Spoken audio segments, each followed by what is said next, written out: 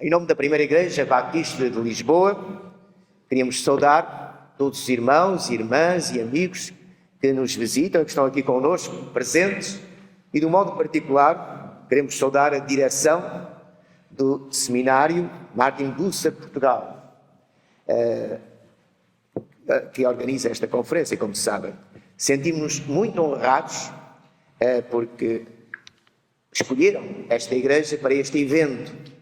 Portanto, oramos para que Deus dirija todo este programa, toda esta conferência, e que abençoe todos aqueles que aqui estão presentes com a sua graça e com verdadeiramente a sua paz. Que o Senhor depois nos abençoe a todos. E agora entrego os trabalhos ao seminário. O Senhor ricamente vos abençoe. Graça e paz a todos. Queremos, em primeiro lugar, agradecer à Primeira Igreja Batista de Lisboa e, em especial, ao pastor Celestino pela vossa disponibilidade e até alegria em ter-nos convosco. Se os membros desta igreja costumam reunir-se à sexta-feira, a esta hora, para uma reunião de oração e, portanto, agradecemos também a vossa disponibilidade de se juntarem a nós e nós nos podemos juntar a vós.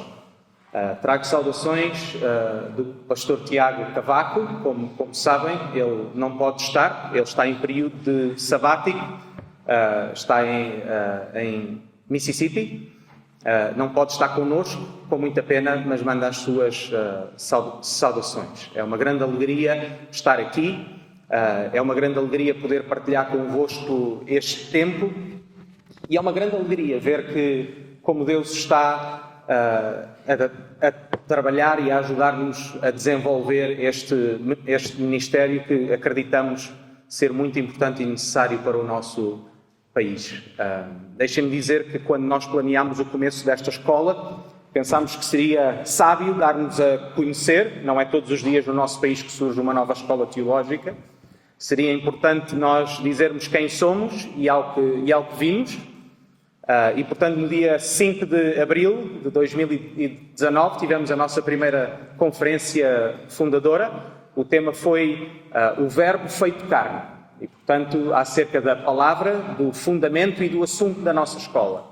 Hoje queremos ter a nossa segunda conferência, para depois, no início do próximo ano, juntar-nos para completar esta série, esta trilogia de 3 conferências para nos dar conhecer, antes de começarmos então a oferecer um programa de estudos teológicos. A nossa conferência é propositadamente simples, não é porque não poderíamos fazer alguma coisa mais elaborada, mas porque acreditamos também que muitas vezes menos é mais. E fazer as coisas de forma simples é uma necessidade também.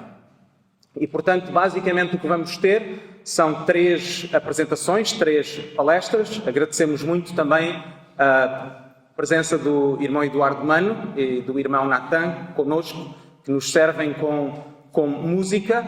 Portanto, as nossas palestras vão ser pautadas por momentos de edificação musical e depois, findas essas 3 palestras, com um intervalo a seguir às primeiras 2, teremos então com o prospecto, que penso que já todos tiveram a oportunidade de receber, dar algumas informações sobre aquilo que planeamos fazer a começar já em 2020, embora com muitos detalhes ainda por concretizar, muitas coisas ainda por alinhavar, mas estamos a dar passos para podermos ter tudo pronto, para que na terceira conferência e final já ter tudo a apresentar prontinho para que as pessoas se possam inscrever e se possam candidatar enquanto alunos. Agora vamos passar de uma forma mais formal à primeira palestra. O tema desta conferência é excelência. E mais uma vez, se lembram, na primeira conferência, e é importante verificar a continuidade e como as 3 conferências jogam juntas e se complementam uma à outra. Na primeira conferência o tema foi o Verbo feito carne. Porquê? Porque afirmámos que a palavra inspirada, infalível e inerrante de Deus é o fundamento e o assunto da nossa escola. Afirmamos que o Seminário Martin Bucer Portugal é uma escola com uma missão simples, clara e intencionalmente focada. É uma escola onde se aprende a ler, interpretar, aplicar e ensinar a palavra de Deus, tendo em vista a edificação da Igreja em Portugal e, em particular, no auxílio da preparação de futuros pastores e missionários. Portanto, é uma missão focada, não é uma missão aberta. Acreditamos que temos uma missão específica e uma contribuição a dar à Igreja. Afirmamos que o nosso intuito não é de todo substituir a Igreja em nenhuma das suas funções. É uma coisa clara para nós. Nos planos de Deus, o centro onde almas são salvas e edificadas é a Igreja, não são seminários. O seminário contribui e serve a Igreja numa área específica. E hoje propomos falar sobre excelência, porque ela representa o modo como queremos servir. A palavra é o fundamento, é o assunto, excelência é o modo. Porque quando afirmamos que a nossa escola tem uma missão simples, clara e intencionalmente focada, nós referimos-nos ao âmbito da nossa escola e da nossa missão. Mas se o âmbito é simples, ela é ao mesmo tempo exigente. Por isso o Seminário Martin Bucer deseja ser excelente no seu ministério e, em particular, devido ao foco da nossa missão, mais uma vez, repetir que nunca é demais, cujo fundamento é a palavra, o propósito é a formação de pastores e missionários em particular. Não é que não esteja aberta a todos os que desejem estudar teologia, mas como veremos, existe uma questão particular e essencial para valorizarmos aquilo que as Escrituras nos ensinam, que é a preparação de novos pastores. E nisso queremos ser academicamente excelentes. Mas vamos pensar um pouco o que é excelência. O que é que queremos dizer ao afirmar que queremos ser excelentes? Pensem um pouco comigo e deem-se um pouco ao trabalho e até ao choque de ouvir o que excelência significa. O adjetivo excelente refere-se ao que é excepcional, ao que é extraordinário, ao que é especial ou notável. Ser excelente é ser distinto, peculiar e único.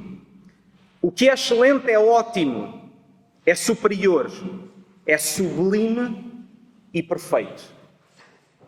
A simples definição, pensem nisto, a simples definição do adjetivo que propomos pode causar estranheza e, espero eu, até choque.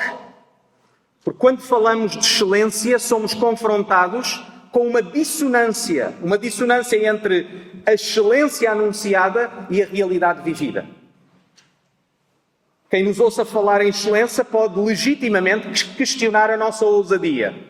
Ser ou desejar ser excelente pode parecer uma contradição no nosso contexto. Um país pequeno, com pouca tradição, falta de recursos humanos e materiais. Na verdade, o começo do nosso seminário é reflexo dessa mesma realidade.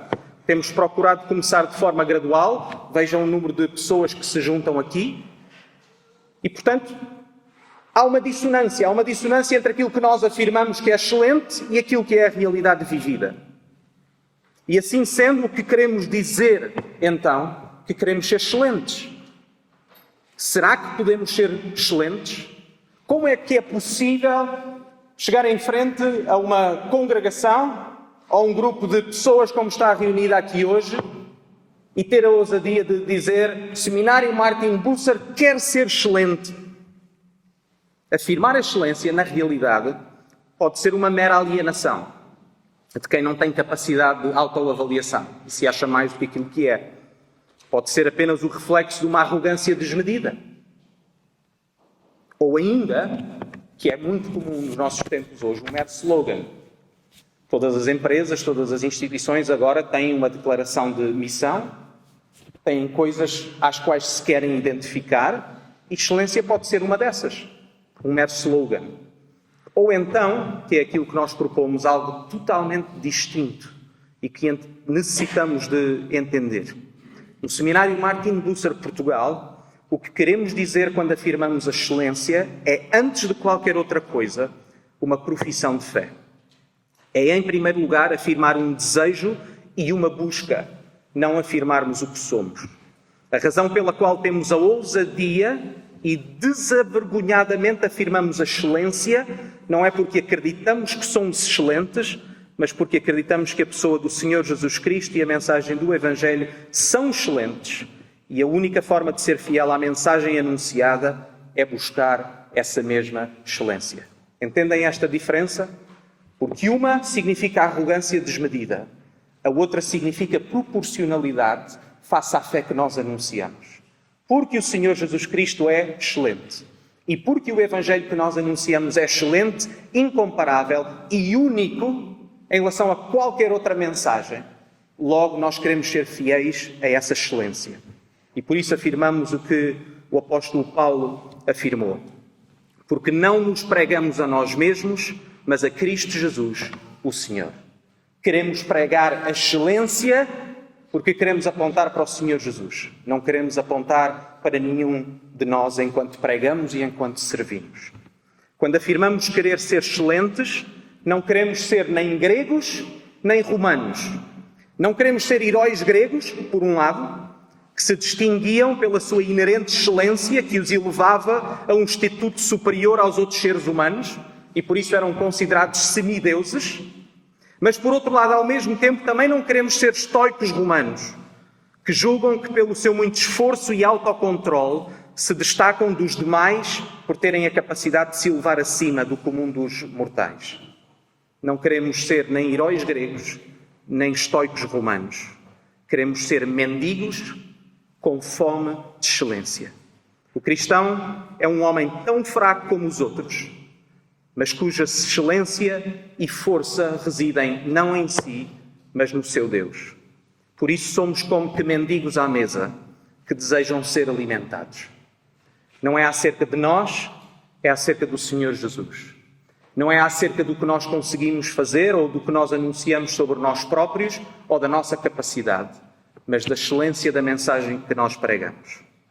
O nosso alimento, que já afirmamos ser o fundamento e o assunto desta escola, é a palavra de Deus. E acreditamos que a proporção com que valorizamos a palavra viva, que é o Senhor Jesus, é a medida pela estima que temos pela palavra escrita, que é a Escritura.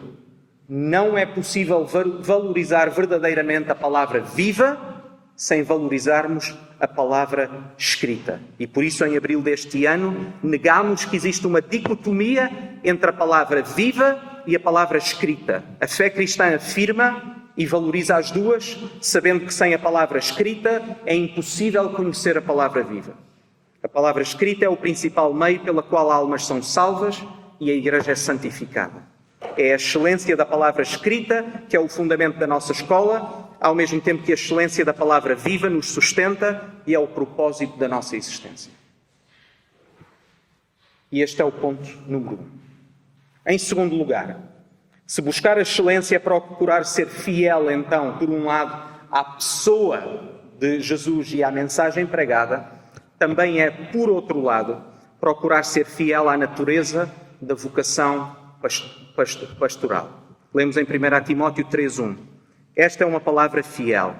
Se alguém deseja o episcopado, e lembrem-se que no texto bíblico, episcopado, pastor, bispo, são palavras sinónimas, referem-se ao mesmo ofício. Esta é uma palavra fiel, diz o apóstolo Paulo ao seu discípulo na fé. Se alguém deseja o episcopado, a excelente obra deseja. Quando a Escritura qualifica, isto é importante definir e deixar claro, porque quando a Escritura qualifica o pastorado como algo bom, é a palavra que é traduzida como excelente, como algo bom, não o faz por oposição. Não diz que o pastorado é bom porque as outras vocações são más. Enquanto cristãos, nós acreditamos que toda a vocação é boa e negamos, por isso, e neste sentido, uma dicotomia entre uma vocação espiritual e outra secular.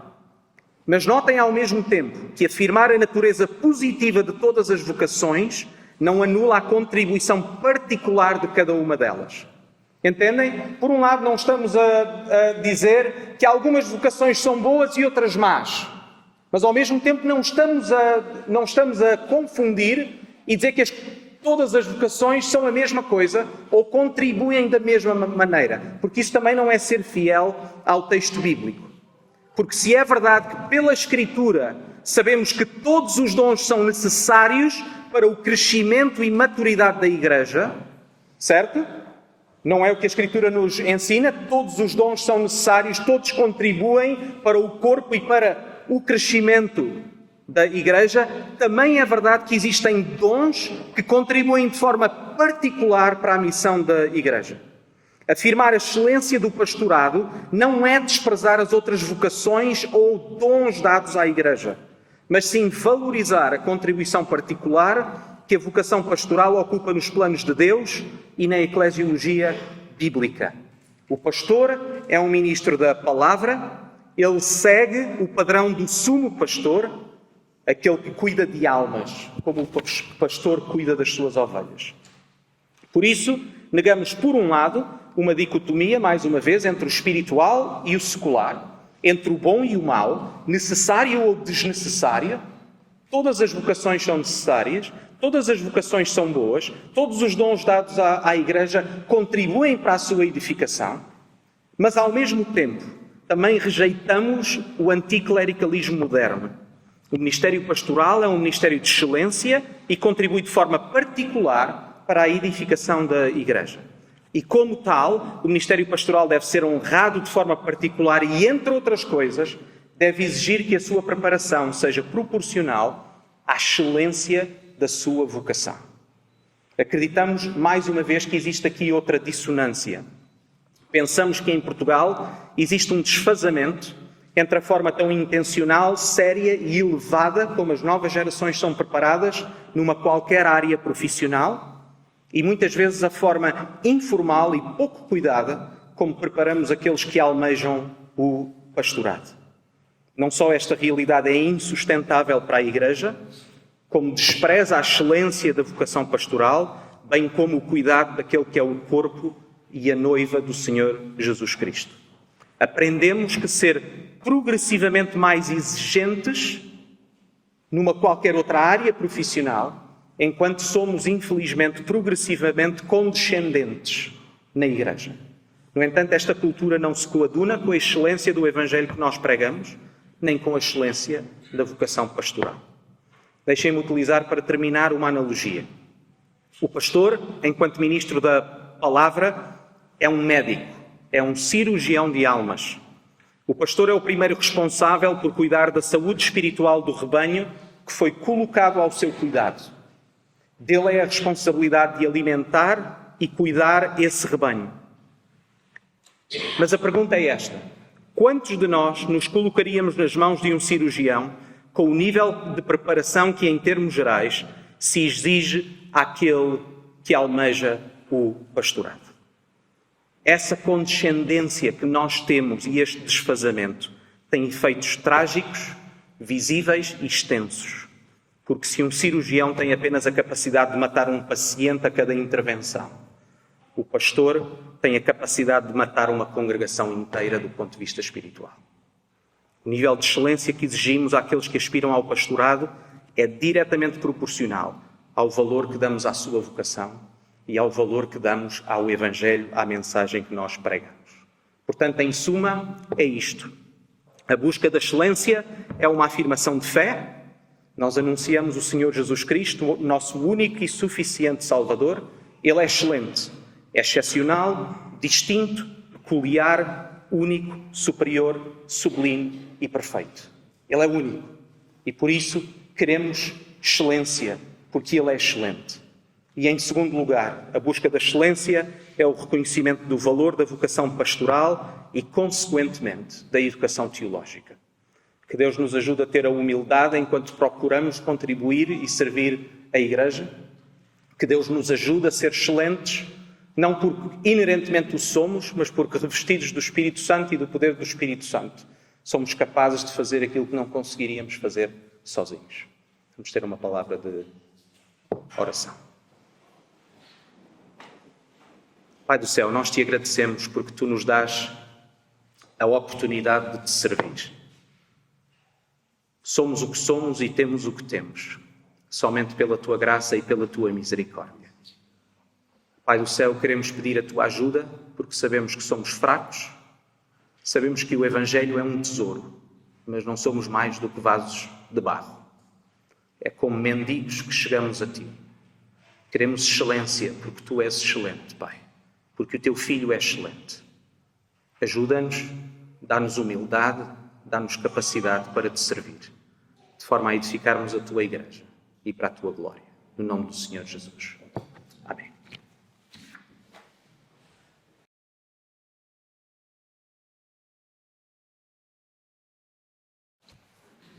Então, boa noite a todos. Graça e paz de Jesus. Prazer estar aqui. E eu vou falar sobre a excelência na confessionalidade. Porque a nossa mensagem é excelente, devemos também ser excelentes na forma como nós professamos a excelente mensagem na qual nós queremos. E a passagem que eu quero convidar os irmãos a refletir comigo está em 1 Timóteo, no capítulo 3. Mas antes de ir lá, quero dar um pouco do contexto. Em Atos, no capítulo 18, nós encontramos Paulo a chegar a Éfeso e a pregar numa sinagoga.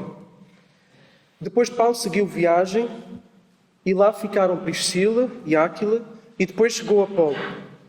Mais tarde, quando a terceira viagem missionária, Paulo volta a Éfeso para ficar lá de uma forma mais demorada, para consistentemente estabelecer a igreja de Éfeso. E Paulo ficou então em Éfeso durante 3 anos. E depois ficou lá Timóteo então a pastorear. E a dada altura Paulo deixou claro que em Éfeso ele tinha deixado a melhor teologia possível, o melhor ensino possível.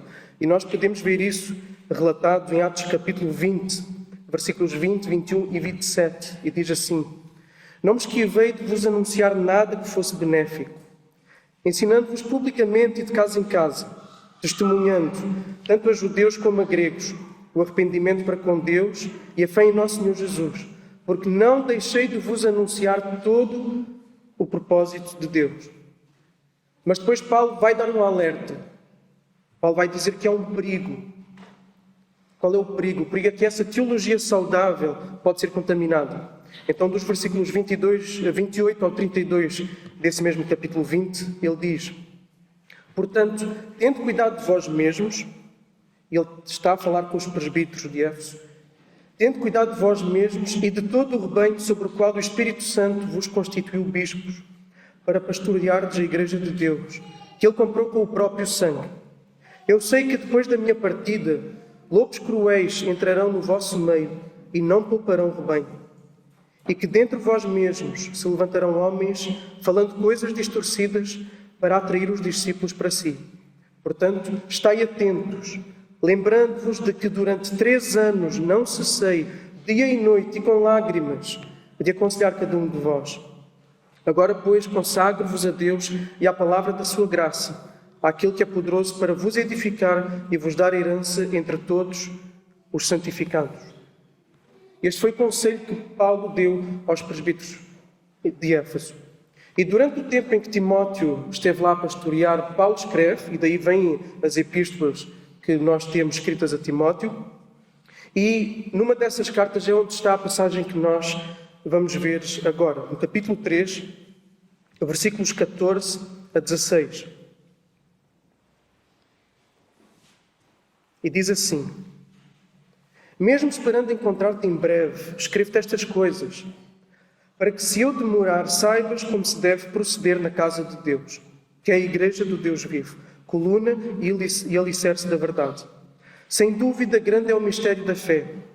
Aquele que se manifestou em carne foi justificado no Espírito, visto pelos anjos, pregado entre os gentios, querido no mundo e recebido acima na glória.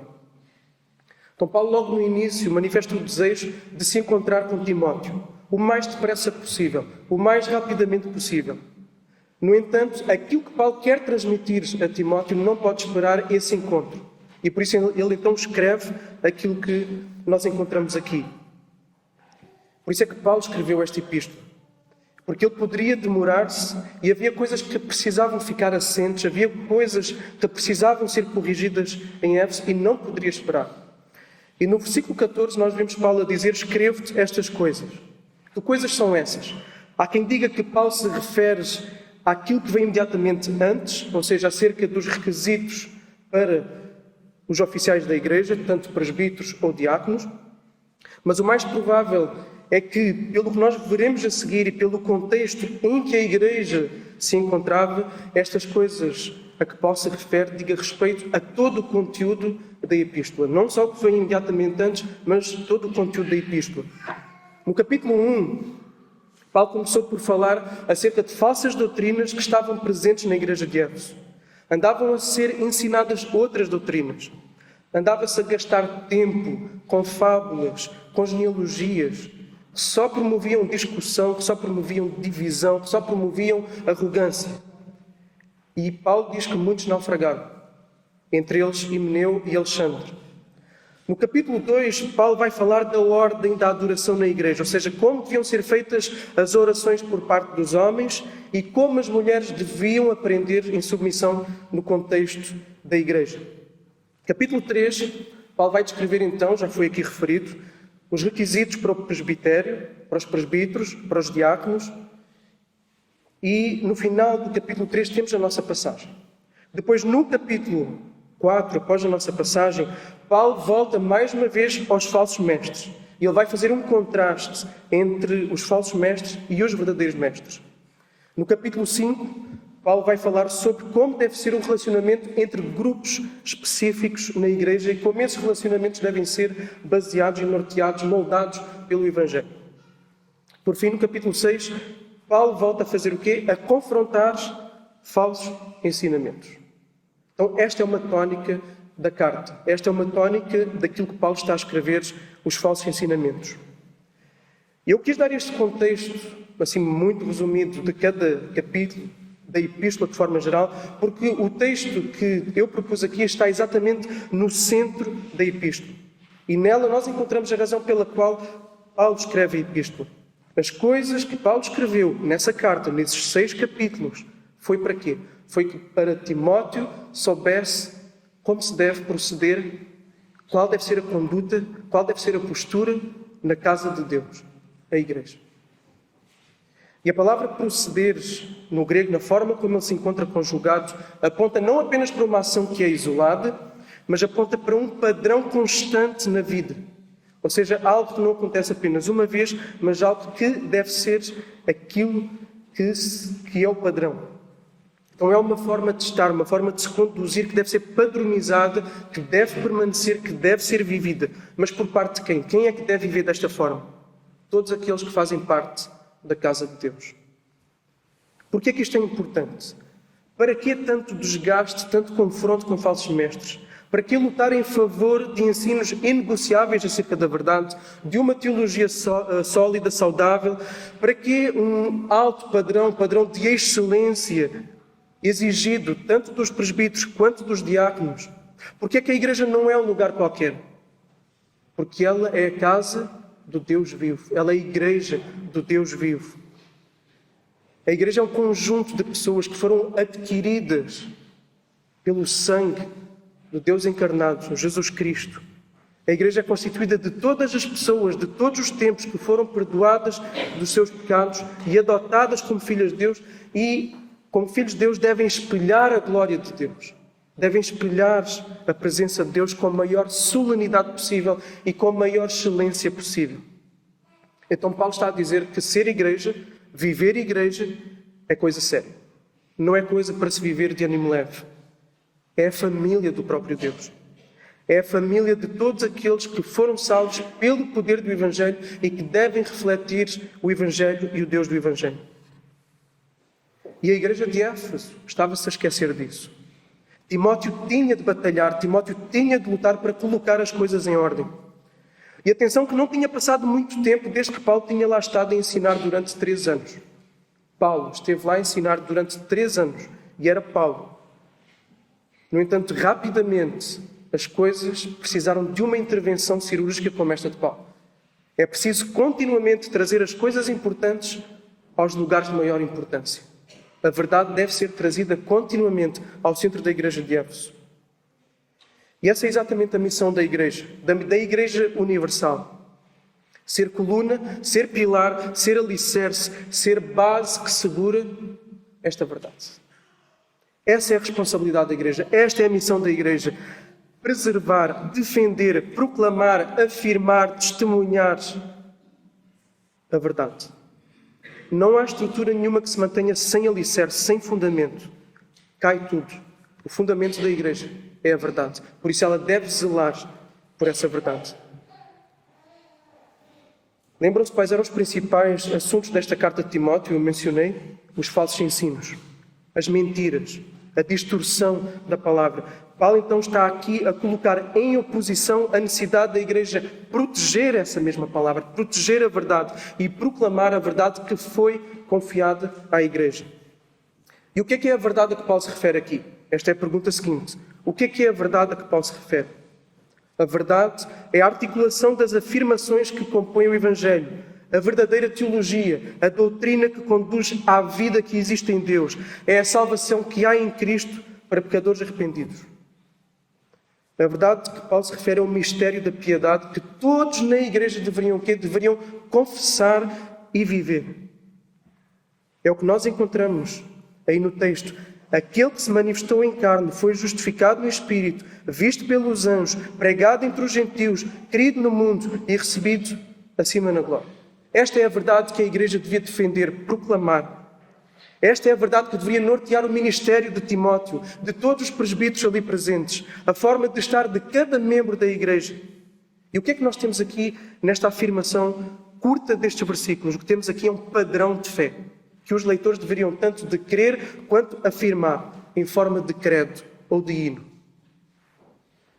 Nele podemos encontrar os pontos centrais do Evangelho. 1. A encarnação de Jesus. Jesus Cristo é Deus feito carne, é Deus que se tornou visível. 2.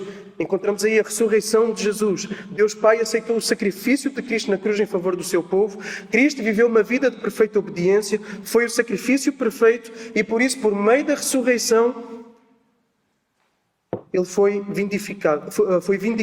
Por sua perfeição, o sacrifício foi aceito. Terceira verdade que encontramos. Tanto os anjos caídos como os anjos eleitos contemplaram Jesus. Em diferentes momentos, Jesus foi assistido pelos anjos, tanto na tentação no deserto, quanto em confrontos em que Jesus expulsou demónios. E na cruz, Jesus despojou as potestades. 4. Jesus comissionou os seus discípulos a irem pelas nações proclamar o Evangelho. Quinta verdade que nós encontramos nessa afirmação, em Atos, vemos a eficácia dessa pregação no meio dos gentios, assim como no meio dos judeus. E sexto, Jesus subiu aos céus, está à direita do Pai, e com o avanço do Evangelho, Ele é exaltado e levado em glória, e um dia voltará para consumar o seu reino. Tudo isto, estas afirmações, compõem aquilo que é um credo. Uma afirmação básica dos pontos centrais da fé. E encontramos nesse versículo aí. Tudo isto é teologia. São afirmações doutrinárias, articuladas em proposições que compõem o Evangelho. Esta é a verdade que a Igreja é encarregada de suportar, fundamentar, proteger, proclamar. Uma afirmação confessional como esta aqui transmite a doutrina sã que se opõe às falsas doutrinas. É uma confissão como esta, carregada de teologia saudável, que deve determinar o quê? Os requisitos para os presbíteros, para os diáconos, deve determinar a adoração da comunidade, deve determinar como é que cada grupo dentro da Igreja se deve relacionar entre si, deve determinar tudo o que acontece na Igreja, como se procede na casa de Deus. Sem teologia, sem Evangelho, sem afirmações doutrinárias explícitas, bem articuladas, claras, não há Igreja. A Igreja cai. Pois se não se soubesse quem Deus é, se não soubesse o que o homem é, o que o homem fez, se não soubesse quem Cristo é, aquilo que Ele fez, que morreu e ressuscitou pelo seu povo, ninguém poderia ser adotado como filho de Deus. Não há igreja, deixa de haver de igreja a partir do momento em que as verdades fundamentais deixam de ser articuladas, confessadas, proclamadas, protegidas. A ligação, então, entre as nossas igrejas e a doutrina verdadeira do Evangelho deve ser óbvia, tanto para quem está dentro como para quem está fora. E mais tarde, no final da sua vida, nós vamos encontrar Paulo a escrever novamente a Timóteo, desta vez na segunda carta escrita a Timóteo. E algo se conecta totalmente com aquilo que nós estamos a ver aqui. E Paulo vai dizer a Timóteo o seguinte, em 2 Timóteo 1,13, ele diz: preserva o modelo das sãs palavras que de mim ouviste na fé e no amor que estão em Cristo. Preserva o modelo das sãs palavras. Então Timóteo deveria preservar, guardar um modelo, um padrão das sãs palavras recebidas por Paulo. Então há um modelo, há um padrão de palavras.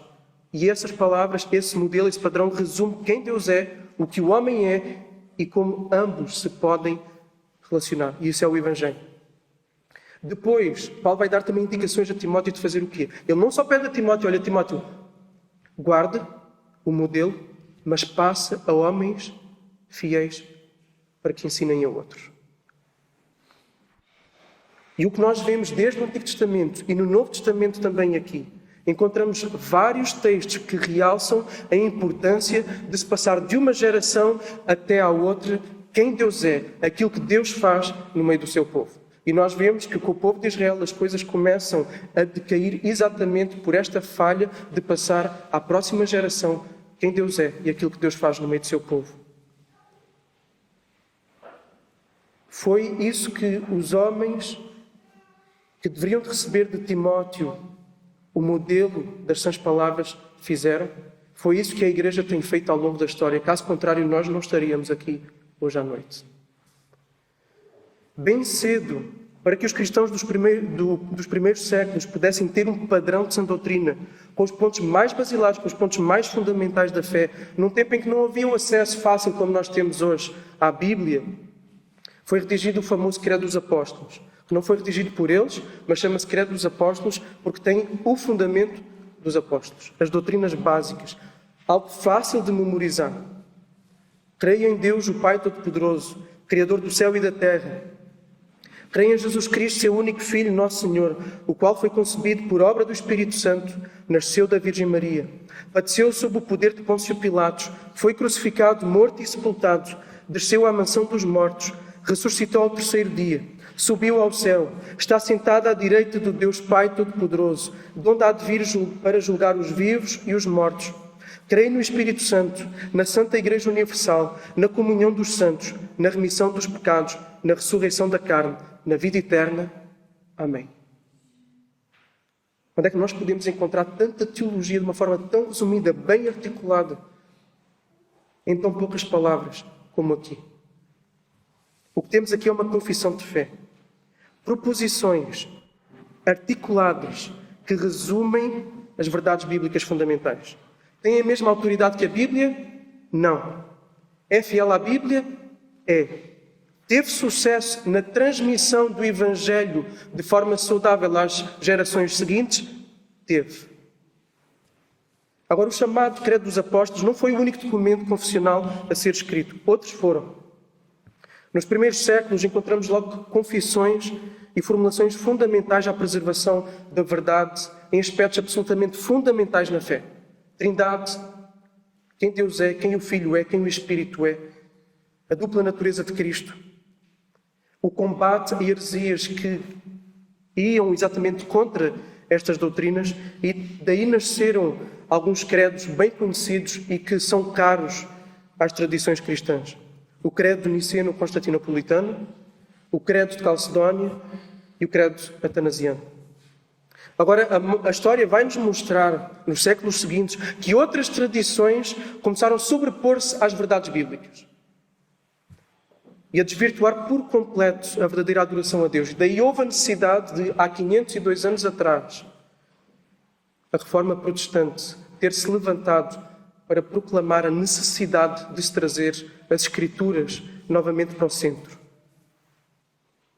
E exaltando a supremacia das Escrituras, com o objetivo de defender e proteger, manter a Igreja fiel às mesmas, às Escrituras, nascem de diferentes lugares, de diferentes contextos, escritas por diferentes autores, documentos que procuraram apresentar os pontos fundamentais da fé bíblica.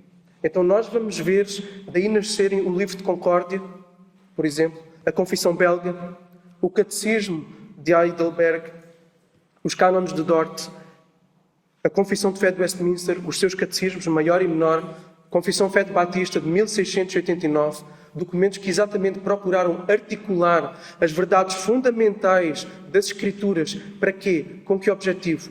Guardar a Igreja, proteger a verdade que a Igreja deve continuar a proclamar. Então, confissões de fé como estas são absolutamente fundamentais, são vitais para a saúde, para a continuidade da Igreja.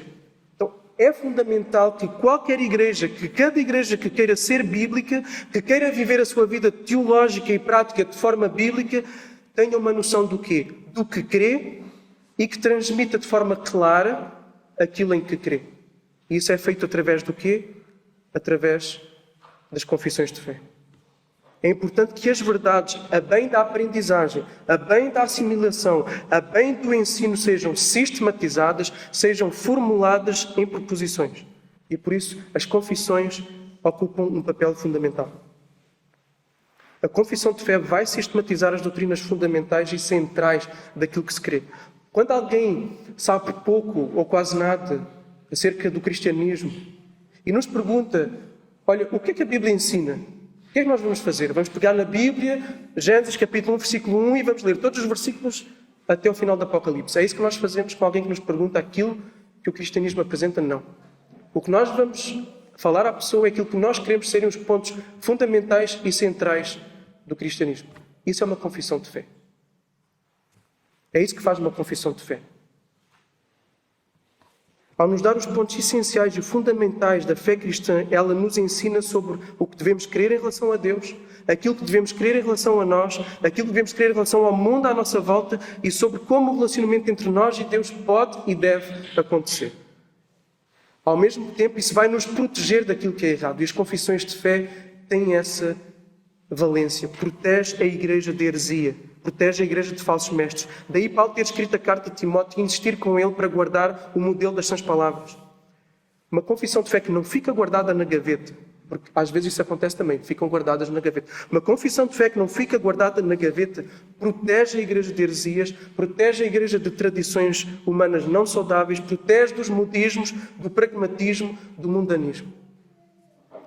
Uma confissão de fé sólida e saudável, bem aprendida e assimilada, vai melhorar e muito a vida de oração do crente e da comunidade, vai melhorar a adoração da igreja, facilita o ensino e a aprendizagem, melhora e vai proteger o púlpito, a preparação dos presbíteros, a unidade da igreja, a disciplina eclesiástica, a evangelização e a missão.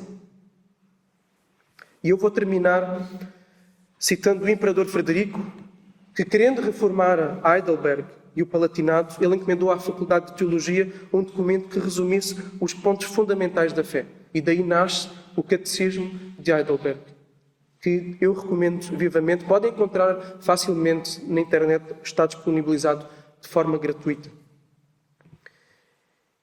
E ele então escreve o prefácio, e eu vou ler a citação. Para dar base a uma caminhada e conversações retas e virtuosas entre os nossos súbditos, mas também, acima de tudo, para constantemente exortá-los e liderá-los a devotarem o conhecimento e o temor ao Todo-Poderoso e à santa palavra da salvação, como único fundamento de toda a virtude e obediência, e para com toda a sinceridade promover o seu bem-estar temporal e eterno, e para contribuir para a defesa e manutenção do mesmo, nós instituímos e propusemos medidas e práticas proveitosas para o avanço da glória de Deus e a manutenção da ordem e disciplina civil. É essencial que a nossa juventude seja treinada desde cedo e, acima de todas as coisas, na doutrina pura e consistente do Santo Evangelho, e seja bem exercitada no conhecimento correto e verdadeiro do Evangelho. Asseguramos a preparação de um curso sucinto de instrução ou catecismo da nossa religião cristã de acordo com a palavra de Deus, para que não só a juventude nas igrejas e nas escolas possam ser instruídas piedosamente em tal doutrina cristã e treinadas completamente nelas, como também que os pastores e professores possam eles mesmos ser providos com um modelo e forma fixa, pelo qual possa ser regulada a instrução da juventude e não, segundo as suas opiniões, adotem mudanças diárias ou introduzam doutrinas errôneas. Exortamos e ordenamos afetuosamente a cada um de vocês que, para a honra de Deus e dos nossos súbditos, e também para o benefício e bem-estar das vossas próprias almas, aceitem gratamente este catecismo ou curso de instrução, e que diligentemente e fielmente ensinem e expliquem, de acordo com a sua importância, os jovens das nossas escolas e igrejas, e também do púlpito das pessoas comuns, que vocês ensinam e ajam e vivam de acordo com ele, na esperança segura de que, se a nossa juventude desde cedo é bem instruída e educada na palavra de Deus, agradará ao Deus Todo-Poderoso nos dar uma reforma moral, temporal e eterna do bem-estar público e privado. Desejando, como disse acima, que tudo isso possa ser cumprido, tomamos esta providência da elaboração do catecismo. E nós vemos o impacto que a reforma protestante teve nos países do norte da Europa. Dos princípios, dos valores que fazem aquilo que, por exemplo, a Alemanha ainda é hoje. E, em parte, se deve a iniciativas exatamente como estas. O que um catecismo, o que uma confissão tem o poder de fazer. Não é que a confissão seja ela própria inspirada, mas ela partilha fielmente aquilo que é inspirado, que é a palavra de Deus. Portanto, nós devemos ser excelentes na forma como articulamos aquilo que nós queremos e afirmamos aquilo que nós queremos, porque a mensagem na qual queremos é ela mesma excelente. Vamos orar. Senhor Deus, te damos graças. Te damos graças porque nós hoje estamos aqui nesta noite, exatamente porque a tua palavra foi preservada por homens, por igrejas, ao longo destes séculos. E alguns deles tiveram que dar a sua vida. Te damos graças porque foram redigidas confissões como estas, que lutaram contra heresias, que afirmaram a tua palavra de forma clara, de forma fiel, e que permitem que hoje nós estejamos aqui, Senhor. Ajuda-nos a cumprir com excelência esta responsabilidade que também nos é dada, de levarmos avante a tua palavra. Que nós, como igreja, e cada um de nós aqui com as suas igrejas locais, possamos lutar, possamos trabalhar para sermos coluna, alicerce, baluarte da tua verdade. No nome de Jesus Cristo, nós oramos. Amém. Que a graça, a paz e a misericórdia da parte do nosso Deus e Senhor Jesus Cristo esteja com todos nós. Certa vez, um rapaz levou, na verdade era filho do pastor, levou um amigo da escola para o culto na igreja. E chegando no culto da igreja, esse amigo, muito interessado com tudo que estava a acontecer, ele começa a fazer perguntas: o que vai acontecer agora? E o menino fala: olha, agora eles vão cantar uma música do Inário. E o que vai acontecer agora? O que as pessoas estão a fazer? Agora eles vão depositar ali uma oferta. E agora, o que as pessoas vão... O que está acontecendo agora? Agora o coral vai cantar. E o pastor sobe no púlpito, tira o relógio, e ele pergunta: e agora, o que vai acontecer? E o menino responde: só Deus sabe.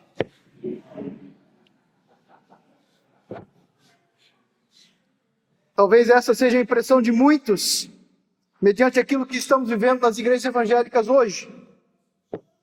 As pessoas sobem no púlpito, mas não sabemos o que vai acontecer ali. Eu quero fazer uma pergunta clara para vocês, que vai determinar, que vai ser a fundamentação daquilo que vou defender nessa noite.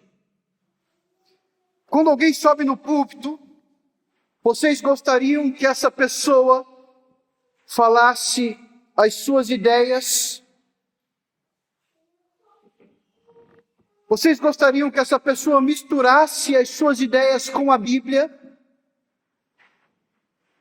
Ou o desejo de cada congregante nas suas congregações, de alguém quando sobe no púlpito, é que a palavra de Deus seja pregada? Será que devemos nos contentar com um acréscimo intelectual ou emocional quando vemos a igreja? O que será que queremos ver quando alguém sobe no púlpito? Será que queremos acariciar o nosso ego ou queremos uma transformação que vem do nosso espírito e que afeta todas as áreas da nossa vida de maneira integral, inteira? Será que devemos nos contentar com algo menos do que simplesmente a palavra de Deus? Quero afirmar nesta noite que o estado espiritual das nossas igrejas, ainda que com aparente sucesso, está relacionado ao fracasso nos púlpitos. Como assim, pastor? A fazerem exatamente o que vos disse no começo. Aqueles ou pessoas que foram separadas para trazer essa palavra que vai salvar o pecador e edificar a igreja, em muitas instâncias tem misturado aquilo que é a fé confessional e aquilo que deve ser excelente no púlpito para agradar o coração das multidões. No entanto, meus irmãos, nem hoje, nem ontem, nem em lugar nenhum da história, essas palavras salvam o pecador. Por isso eu quero compartilhar com os irmãos dessa noite uma palavra de Richard Mayhew, que disse o seguinte: a autenticidade da pregação bíblica é significativamente manchada pelos comunicadores contemporâneos que estão mais preocupados com a relevância pessoal do que com a revelação de Deus. A Escritura inequivocadamente requer uma proclamação focada na vontade de Deus e na obrigação da humanidade de obedecer. Com homens totalmente comprometidos com a palavra de Deus, o padrão expositivo se recomenda como uma pregação que é fiel à Bíblia. A exposição pressupõe um processo exegético para extrair o significado pretendido por Deus das Escrituras e uma explicação desse significado de uma maneira contemporânea. A essência bíblica e o espírito apostólico da pregação expositiva precisam ser recapturados no treinamento e na pregação de homens que estão recentemente comprometidos a pregar a palavra. Não obstante, Dr. Mary Unger disse o seguinte: num grau alarmante, a glória está se afastando do púlpito do século XX, posso eu dizer, do século XXI também. O trono foi negado à palavra de Deus e esta recebeu um lugar de subordinação. O que ele quer dizer com isso? Que em nossos tempos, a fé na pregação da palavra de Deus tem se diminuído. Isso tem se diminuído de várias formas, de várias maneiras, em várias instâncias da igreja. À medida que trocamos as nossas peripécias, os nossos planos e as nossas manifestações de vontade, no lugar da vontade da palavra de Deus, estamos declarando que hoje, em nossas igrejas, a Bíblia não é tão importante como era para os primeiros cristãos. Isso eu pergunto para ti e para mim. Junto com Martin Lloyd Jones, no século passado, que disse o seguinte: os sermões foram substituídos por discursos éticos e homilias, e pela elevação moral e conversas sociopolíticas, que não é de surpreender que a pregação tenha declinado. Eu me lembro de estar com o pastor, mestre, Daryl Young, que é meu amigo, diretor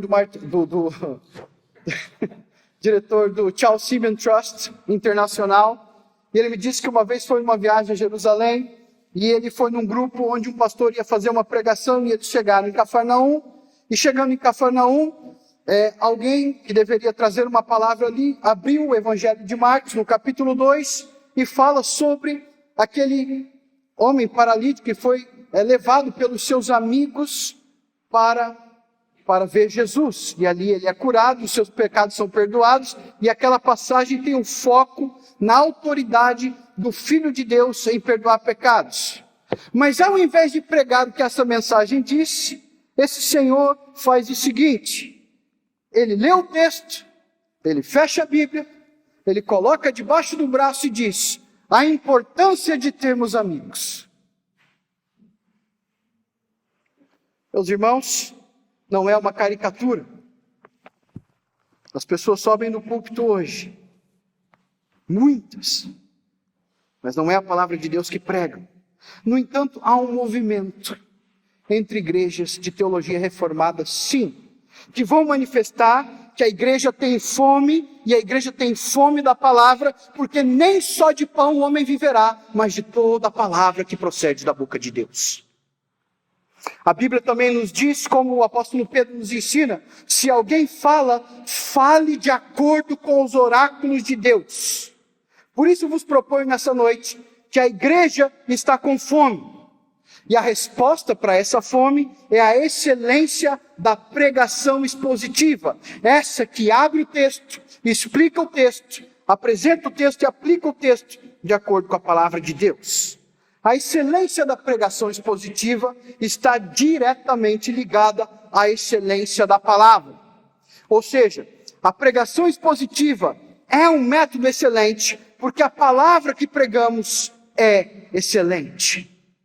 Essa palavra é inerrante, infalível, inspirada por Deus e, portanto, perfeitamente excelente.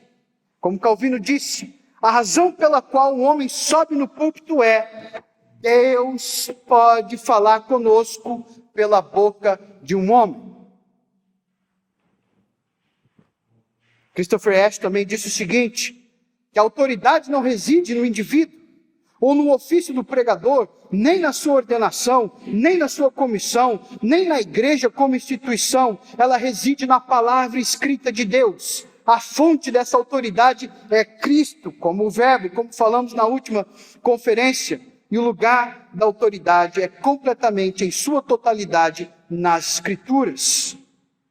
Portanto, meus irmãos, não estou defendendo aqui uma visão barthiana, que vai dizer que a palavra de Deus se torna a palavra quando alguém prega. Não, muito pelo contrário.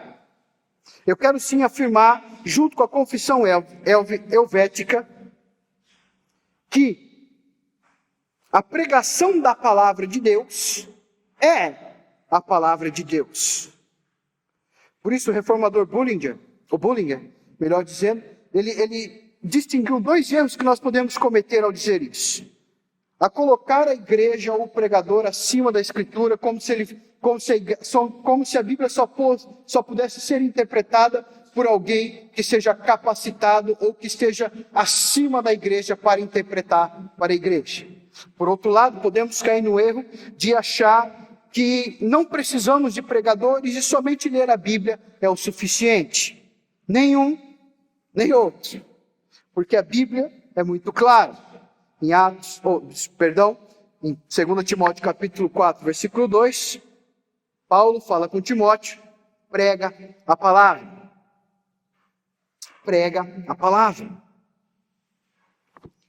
Por isso também entendemos que se a palavra foi nos dada para transformar pessoas, é perfeitamente lógico, de acordo com as Escrituras, que Deus use pessoas para transformar pessoas através da pregação da sua palavra. As Escrituras estão no negócio de transformar as pessoas, disse ele, Dr. Ash.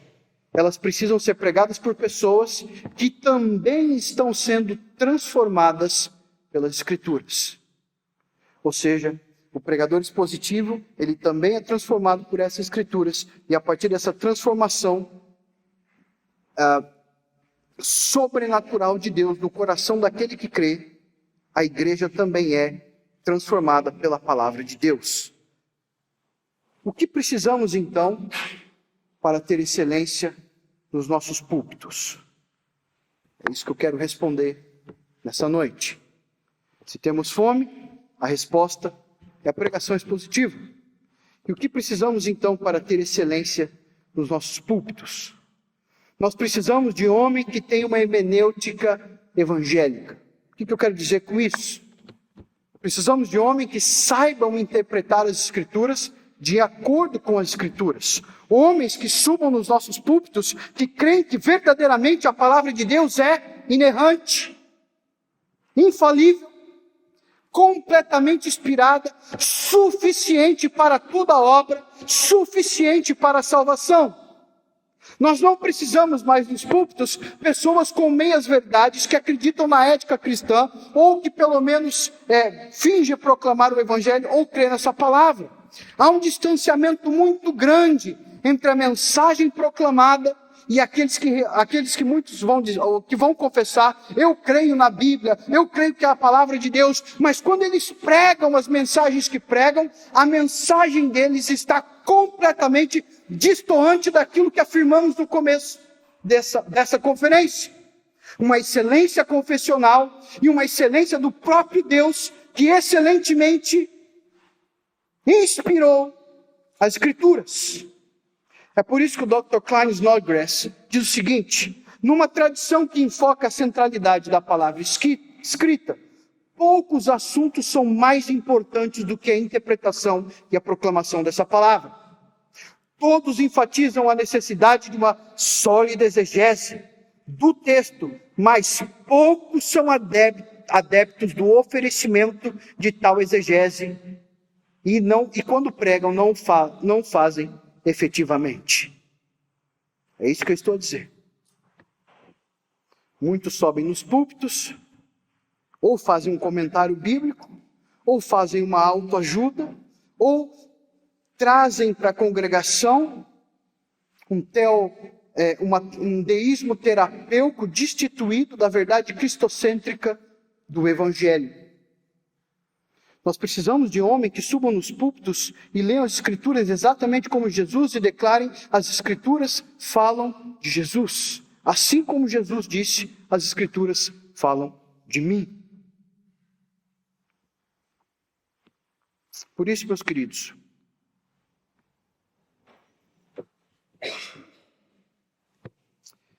quero vos dizer também que precisamos de homens que saibam fazer exegese para o púlpito. Há uma iliteração evangélica. Poucos pastores, como afirmamos em outras conferências, não só aqui, mas em outros lugares. Fiz essa afirmação na África do Sul, no Brasil, no Canadá, nos Estados Unidos, e agora faço aqui. Muitos pastores são iliterados na teologia bíblica, na teologia sistemática, nas línguas originais, na própria hermenêutica. São homens que chegaram à liderança, mas que não sabem aplicar as Escrituras. Nós precisamos de homens que saibam fazer exegese. Precisamos de homens que saibam abrir a Bíblia e explicá-la no sentido na qual Deus a inspirou. Não podemos mais brincar, o tempo está passando e devemos remir o tempo. E precisamos sim, urgentemente, de homens que se levantem no púlpito porque fizeram a exegese em casa para chegar na igreja e pregar a palavra. Infelizmente, por essas minhas andanças nesse mundo e por fazer palestras e conversar com pastores, quantas vezes eu venho ouvir confissões de pastores que infelizmente preparam sua mensagem no sábado à noite porque passaram a semana toda fazendo coisas que a igreja mesmo requeriu deles. Quantas vezes a própria igreja mesmo não dá valor na exegese. E por isso são subnutridas na palavra. Mas a palavra de Deus nos diz o seguinte: que nós precisamos de homens consistentes na piedade com a pregação expositiva. E por isso termino explicando para os irmãos aquilo que a Bíblia diz sobre isso. Abram as nossas Bíblias em 1 Timóteo capítulo 4, de 13 a 16.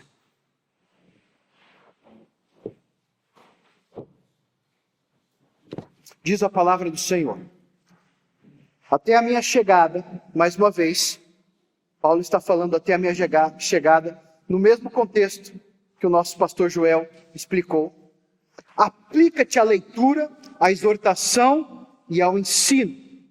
Não te faças negligente para com o dom que há em ti, o qual te foi concedido mediante profecia, com a imposição de mãos do presbitério. Medita estas coisas e nelas sede diligente, para que o teu progresso seja a todos manifesto. Tem cuidado de ti mesmo e da doutrina. Continua nesses deveres, porque fazendo assim, salvarás tanto a ti mesmo como aos teus ouvintes. Salvarás tanto a ti mesmo como aos teus ouvintes.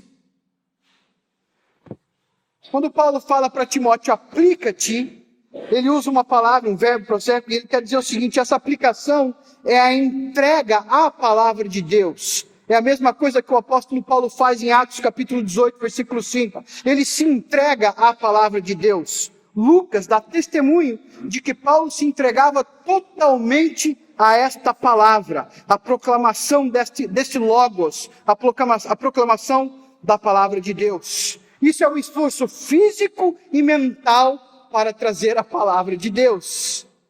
É como o foco e o esforço do sacerdote a cumprir suas funções no templo, como em Hebreus capítulo 7, versículo 13. É dessa forma que Paulo quer que ele faça a leitura pública. O que é isso? É a tradição de ler o texto sagrado e explicar, como Esdras fez, como Jesus fez em Lucas capítulo 4. Isaías 61 foi aberto, lido, e Jesus então expõe a palavra de Deus e diz: hoje se cumpre diante de vós esta palavra. Não obstante, ele é chamado a fazer essa leitura, a trazer uma exortação, a confortar a igreja com essa palavra e a trazer o ensino, a didascália, como diz o texto. Ele diz: pratique isso, faça isso, faça uma imersão nisso. Essas são as palavras que ele usa. Ele usa uma expressão idiomática no grego que quer dizer fica por dentro disso, para que o teu progresso seja visível a todos. Persista nisso. E enquanto tu fazes isto, salvarás tu e aos que te ouvem. Ou seja, enquanto os pastores são emergidos na palavra de Deus, no exercício, na função mental, no trabalho físico de prepararem aquele sermão que vai ser da Bíblia para a sua congregação, Deus salva. Aqui, meus irmãos, a salvação não é o ato único do novo nascimento, mas inclui também todo o processo de salvação, inclusive a preservação dos santos. Ou seja, através dessa palavra, nós somos preservados até a volta de Cristo. Através dessa palavra, nós somos edificados como igreja. Através dessa palavra, nós criamos ouvidos e somos salvos pelo Evangelho. Esta palavra que deve ser pregada excelentemente, não de qualquer maneira, mas com um esforço, uma prática digna de um verdadeiro sacerdote que serve a Deus no templo. É óbvio que não estou equiparando pastores a sacerdotes, mas a linguagem aqui é do sacerdócio universal.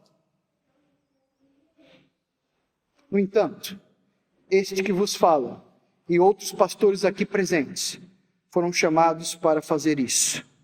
Exegese em casa, Bíblia no púlpito.